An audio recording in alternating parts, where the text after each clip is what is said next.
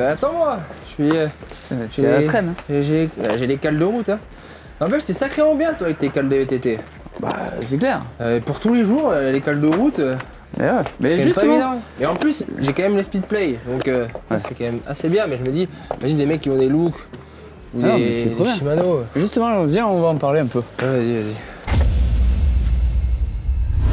Bon Max, aujourd'hui on va parler du coup de la différence entre les pédales de VTT et les pédales de route. Déjà, premièrement, on va différencier les deux. Une pédale de route et une pédale de VTT, c'est quand même pas la même fonction, pas la même structure non plus. Par exemple, toi voilà, tu as les Shimano XTR. Pour moi à la maison j'ai les looks X-Track Carbon. Mais concrètement là, c'est les mêmes hein, pratiquement. On est tous les deux en cale SPD. Mais voilà, déjà autour de l'axe, autour du système d'enclenchement, il y a une armature. Et voilà, c'est protégé pour justement venir, on va dire, faire un office de pare-choc contre les cailloux, etc. Oui. Mais une pédale de route, par exemple, voilà, moi, on les a aussi, toi, tu les as aussi, les Speedplay.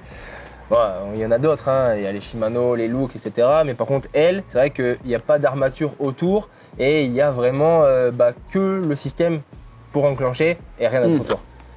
Oui, puis généralement, les pédales de VTT sont conçues pour être plus faciles à clipser, y compris lorsqu'on est dans de la boue, dans de la terre, avec des graviers, oui. des choses comme ça. Alors que les pédales de route, bon, nous, on a quoi?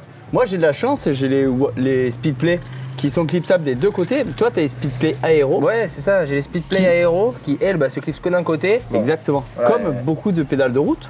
ouais, comme beaucoup de pédales de route. C'est vrai que Wahoo, qui depuis a racheté Speedplay, a gardé ce même système de double fixation, comme pour une pédale de VTT au final. Et c'est vrai que moi j'ai les aéros parce que voilà, je kiffe l'aéro, j'ai toujours aimé ça. Et puis clipser que d'un côté, ça me va très bien.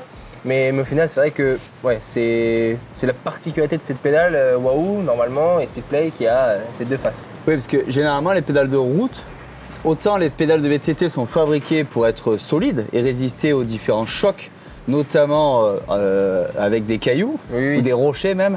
Mais par contre, les pédales de route sont prévues un peu plus aéro. Justement, toi, tu as étudié là-dessus. Ouais, comme je l'ai dit, au niveau des pédales de route, c'est vrai que la structure n'est pas la même, l'accueil, la cale, la forme en elle-même de la cale n'est pas la même non plus. En termes d'aéro, là, les Speedplay aéro pour le coup sont vraiment très aéro parce qu'elles viennent épouser la forme de la cale. Donc ça fait un seul bloc uni avec une matière balle de golf comme les Zip, comme les roues Zip. Exactement. Donc voilà, très très aéro. C'est le gros avantage et c'est pour cette raison que je roule avec celle-ci. La fixation est top, voilà, je les ai sur tous mes vélos et honnêtement j'adore celle-ci. Hein. Mais après, c'est vrai que comme on vient de le voir, rien que pour monter les escaliers, la différence entre les pédales de VTT et les pédales de route fait vraiment ressentir. Moi, perso, même si on a encore une fois cette chance d'avoir les cales Speedplay qui ne glissent pas, mais voilà, il y a d'autres marques où c'est un peu plus compliqué. Non mais déjà au niveau de la conception des chaussures et des cales, les chaussures de VTT, on peut marcher avec, c'est grâce au caoutchouc, des crampons. Et ça c'est très très pratique et les cales sont très petites en VTT et ça permet de pouvoir marcher avec du grip et pas uniquement du carbone comme sur les chaussures de route. Admettons dans un magasin, dans des escaliers, dans du gravier, des choses comme ça. Bon, autant te dire que moi je les utilise en route aussi parce que finalement je suis habitué et il y a une différence aussi au niveau de la liberté d'angle. Et ça, justement, on en avait parlé aussi. Ouais, on avait parlé. C'est vrai que au niveau de la liberté angulaire, même si les Speedplay se règlent très très bien et j'ai vraiment trouvé mon réglage, c'est vrai que comparé à une pédale de VTT, c'est quand même plus... Enfin, en termes de performance, moi je préfère avoir vraiment une pédale de route et je me les ai même mises pendant le Rock d'Azur en gravel parce que voilà, je me sens mieux maintenu. Bon, là, il y a eu cette chance aussi que le parcours, on n'avait pas besoin de poser le pied à terre. J'ai posé le pied à terre une fois, mais à cause d'une erreur perso, je suis avec trop de braquets dans une montée, après une petite cuvette. Mais sinon, voilà, évidemment que j'aurais mis des pédales de VTT, c'est tout à fait logique.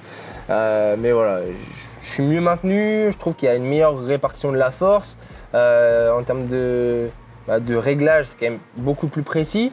Et comme je te l'ai dit, de toute façon, si l'année prochaine on arrive à faire un ultra ensemble, il y a de grandes chances que je mette des pédales de route parce que les pédales de VTT, même si je serais peut-être embêté pour marcher, etc., les pédales de VTT, il y a tellement de liberté angulaire, j'ai tellement peu l'habitude de ça que j'ai mal aux genoux quand même assez rapidement. Alors que moi, c'est quelque chose que je cherche parce que j'ai les pieds qui bougent, qui doivent être vraiment à leur place. Et du coup, j'aime cette liberté angulaire. C'est quel mouvement est possible de votre chaussure sur la cale. Mais il y a aussi quelque chose qui est vraiment intéressant, c'est que les chaussures de VTT sont généralement plus souples.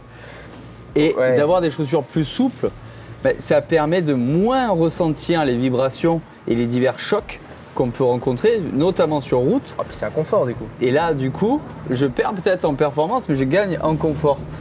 Donc finalement, je me casse pas la gueule par terre.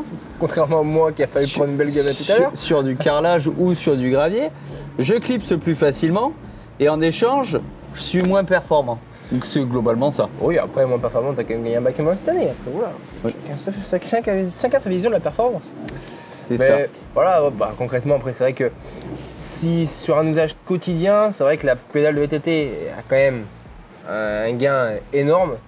Marcher, c'est la première fonction de l'humain et de l'homme. Marcher, c'est vrai que c'est quand même beaucoup plus facile de marcher avec des pédales de VTT. Même moi, quand j'utilise des pédales de VTT, je le sens tout de suite que marcher, c'est quand même beaucoup plus pratique. Avec les chaussures de VTT, perso, j'ai les Sworx Recon. Toi, là, tu as des Fizik, tu as une paire de Fizik. Ouais. C'est vrai que voilà, le crampon, même le fait que ce soit protégé, que la cale soit protégée, voilà, c'est quand même l'une des grosses différences. Après, en termes de performance, on l'a dit, mais c'est même si je préfère la pédale de route, mais en termes de performance, c'est pas beaucoup moins performant non plus. Ça reste assez propre. Hein. Ça reste un style à assumer par contre. Hein. D'avoir un vélo de route, un Colnago V4 RS et des chaussures de VTT, c'est assez fort. Hein. Il faut vraiment l'assumer. Il faut l'assumer. Imagine si je me ne rasais pas les jambes et que j'avais la moustache. Bordel. Imagine. Non, voilà. Après, pour finir sur les cales de route et pourquoi aussi je roule plus souvent en cale de VTT, en pédale de VTT qu'en pédale de route, j'ai eu plusieurs fois tendance à soit marcher dans la boue, soit user mes cales. Oui. Et du coup, ça venait fausser mon réglage, ce qui rendait le déclipsage beaucoup plus difficile et en plus m'a donné mal au genou. Donc voilà, c'est parce que je suis pas très soucieux de l'entretien de mes cales. On l'a bien vu tout à l'heure, quand on a marché un peu dans la caillasse, c'est vrai que voilà, j'avais le caillou qui était bloqué dans la speedplay. Donc évident. C'est pas évident, c'est quand même compliqué. Mais voilà. Bon, en soi, perso, si je devais faire un choix pour tous les jours, vraiment tous les jours, hein, j'englobe tous les jours, que ce soit aller chercher le pain ou quoi que ce soit, je prendrais les pédales de VTT. Tu me recopies quoi. Ouais, je te recopie, encore et toujours, malheureusement. Voilà. Bon, en tout cas, j'espère que cette vidéo vous a plu, qu'on a répondu à quelques questions, parce que c'est vrai que quand on débute le vélo, ou même au bout de quelques temps, on peut se poser cette question, est-ce qu'on doit utiliser des pédales de VTT ou des pédales de route? Donc voilà, on a fait le tour de la question. Je pense. Hein. Maintenant, on va faire d'autres vidéos. Mais oui, allez. Non. Attends, d'abord, on va marcher un peu, non? Non, c'est bon, j'ai assez marché avec les cales aujourd'hui. Allez, ciao.